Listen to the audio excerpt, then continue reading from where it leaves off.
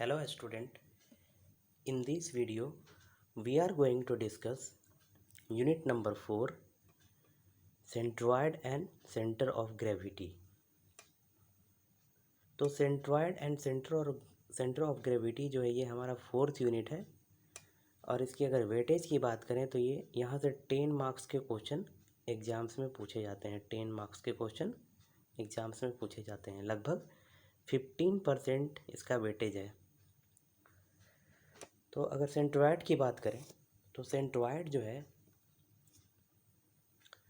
अगर इसकी डिफिनेशन की बात करें तो it is a single point about which entire area is acting for a lamina और plane figure irrespective of the position of plane figure.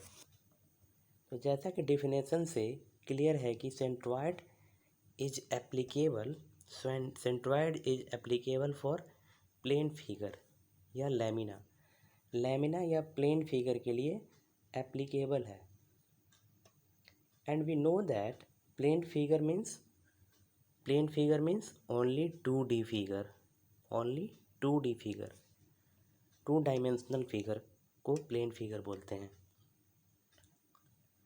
तो 2D फिगर क्या होगा? जैसे रेक्टेंगल, लेंथ इसका L और ब्रेथ B, तो ये 2D फिगर हुआ।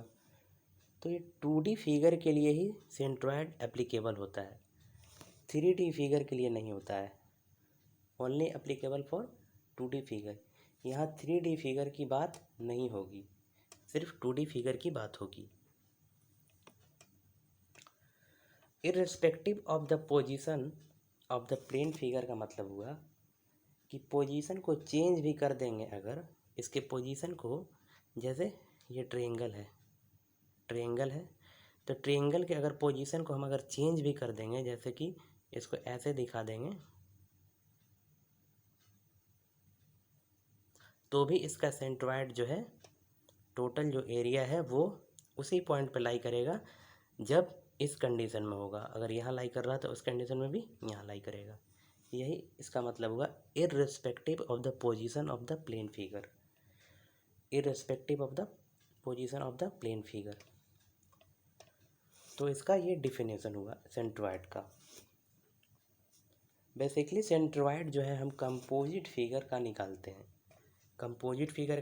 हैं, अब कंपोजिट फिगर वो होता है जिसमें, फॉर एग्जांपल अगर बात करें कंपोजिट फिगर की, तो हम 2 फिगर को कंबाइन करेंगे। जैसे रेक्टेंगल है और ट्रायंगल है, तो इन दोनों को जब कंबाइन करेंगे तो कंपोजिट फिगर बनेगा। इसी को बोलते हैं कंपोजिट फिगर।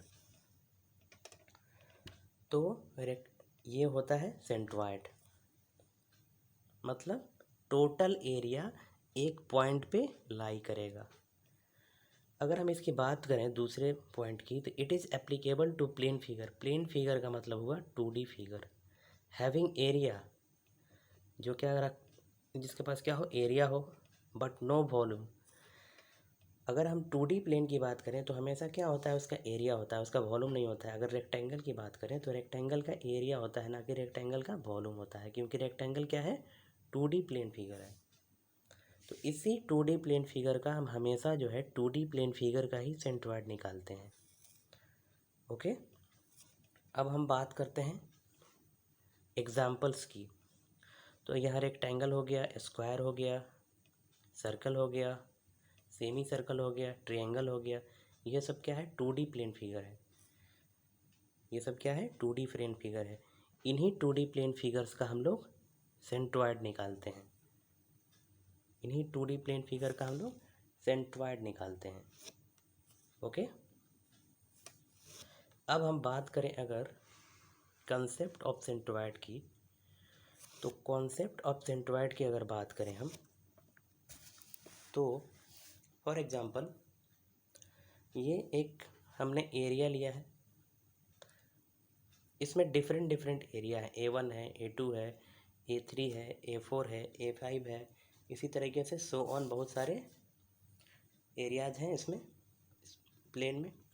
तो हमने इसको कंसीडर किया एक जनरल सा से। अब इस फिगर में स्मॉल एरिया जो मौजूद हैं, जो हमने देखा अभी A1, A2, A3, A4, A5 and so on, बहुत सारे होंगे। तो ये जो एरिया है A1, A2, A3, A4, ये हमें जो है हमने इसको कंसीडर किया है। अब यही जो टोटल एरिया है जिसे हमने ए से डिनोट करेंगे इसको। अब हम इस टोटल एरिया को अगर हमको डिनोट करना है तो इस टोटल एरिया को लिखेंगे total area A, capital A मान लेंगे उसको। डिफरेंट जो एरिया है उसको हम एक मान लेते हैं, एक टोटल एरिया जिसको हमने ए से डिनोट किया है। अलग अलग एरिया के बदले में अगर हम टोटल एरिया को डिनोट करना चाहें तो एक सिंगल पॉइंट जो है हमने सिंगल पॉइंट ए मान लिया। ओके,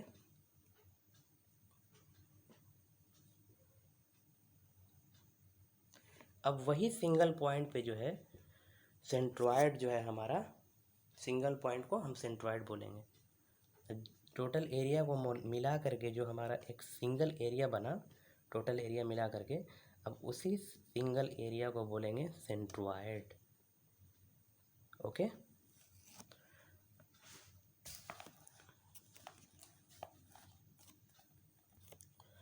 तो इस फिगर में हमने क्या किया, इस फिगर में हमने किया कि टोटल एरिया को, जो डिफरेंट एरिया थे, उसको एक सिंगल पॉइंट के रूप में डिनोट कर दिया, सिंगल पॉइंट के रूप में डिनोट किया, instead of different area. Different जो एरिया था उसके बदले में हमने एक सिंगल पॉइंट एरिया से डिनोट कर दिया उसको।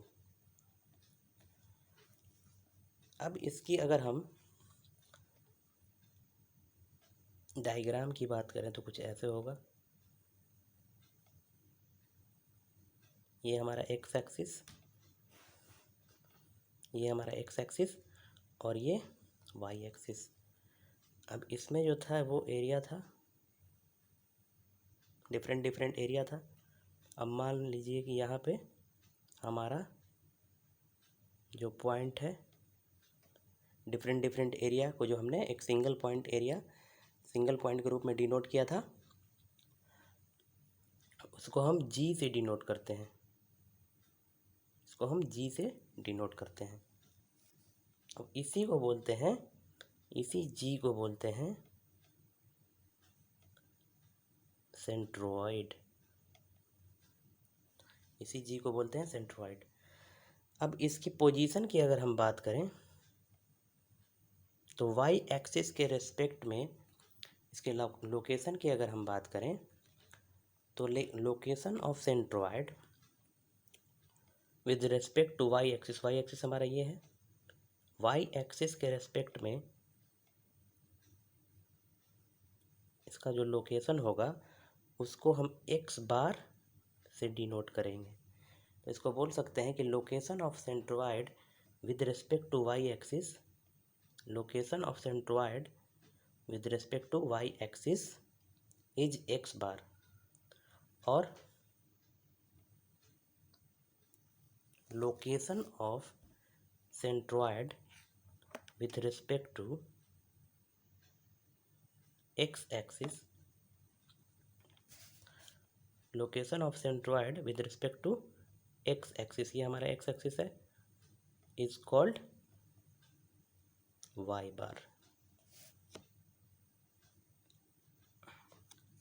Location of centroid with respect to y axis is called x bar, और location of centroid with respect to x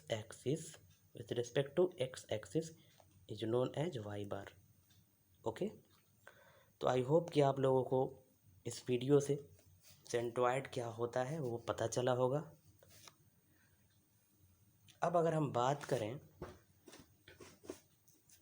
centroid of some plane figure की, तो centroid of some plane figure की अगर हम बात करें तो कुछ फिगर्स हैं, प्लेन फिगर मतलब 2D प्लेन होगा, 2D प्लेन फिगर।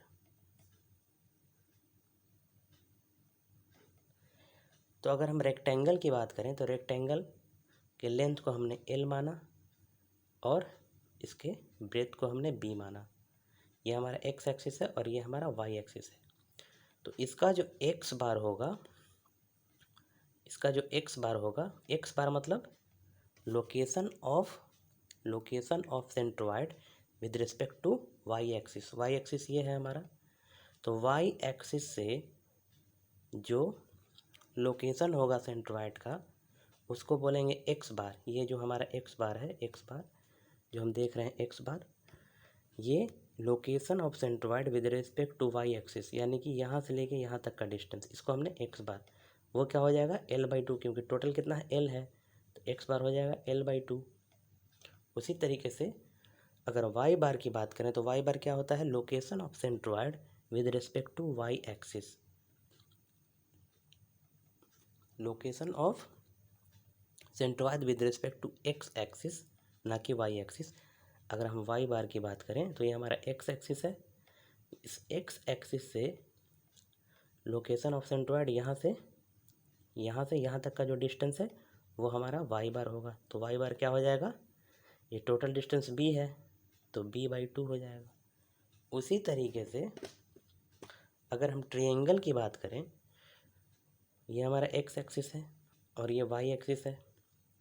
अगर हम ट्रायंगल की बात करें तो हमने ट्रायंगल बनाया है, इसका ये हाइट है h और इसका बेस है b, इसका बेस है b और इसका हाइट है h ट्रायंगल का। तो अगर हम इसकी x बार की बात करें तो वो होता है b/3, वो होता है b/3 मतलब ये जो बेस है बेस बाई b/3। और इसकी अगर y बार की बात करें तो ये होता है h/3। उसी तरीके से अगर सर्किल की बात करें हम तो सर्किल का होता है, सर्किल का ये सेंट्रोइड है, जो सेंटर है वो उसका सेंट्रोइड होता है, ये x एक्सिस ये y एक्सिस, और ये क्या है, इसका रेडियस है। तो सर्किल के केस में क्या हो जाएगा, x बार रेडियस के इक्वल और y बार भी रेडियस के इक्वल, तो x bar equal to y bar equal to r radius. वहीं अगर हम सेमी सर्किल की बात करें, सेमी सर्किल की, तो सेमी सर्किल के केस में क्या होगा, ये हमारा सेमी सर्कल है, सेमी सर्कल के केस में होता है x बार जो होता है वो r होता है रेडियस, ये यहाँ से यहाँ तक रेडियस हुआ, तो x बार जो होता है वो r होता है। और वहीं अगर y बार की बात करें तो y बार जो होता है वो 4r/3π होता है, 4r/3π।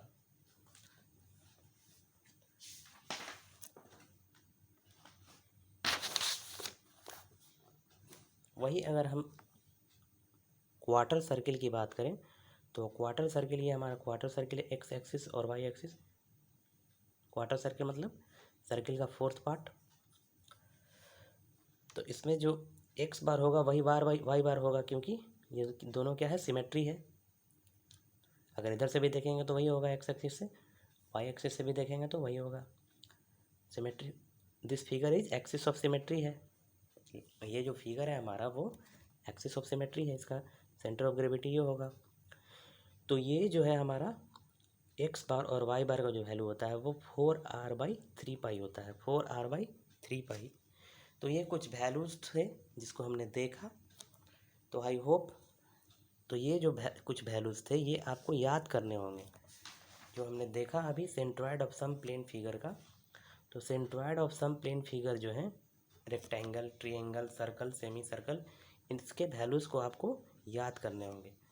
तो आई होप कि centroid of some plane figure आपका क्लियर हुआ होगा आज। So thank you. अगले वीडियो में हम लोग इस पे बेस्ड प्रॉब्लम देखेंगे तो और ज़्यादा क्लियर होगा। Thank you.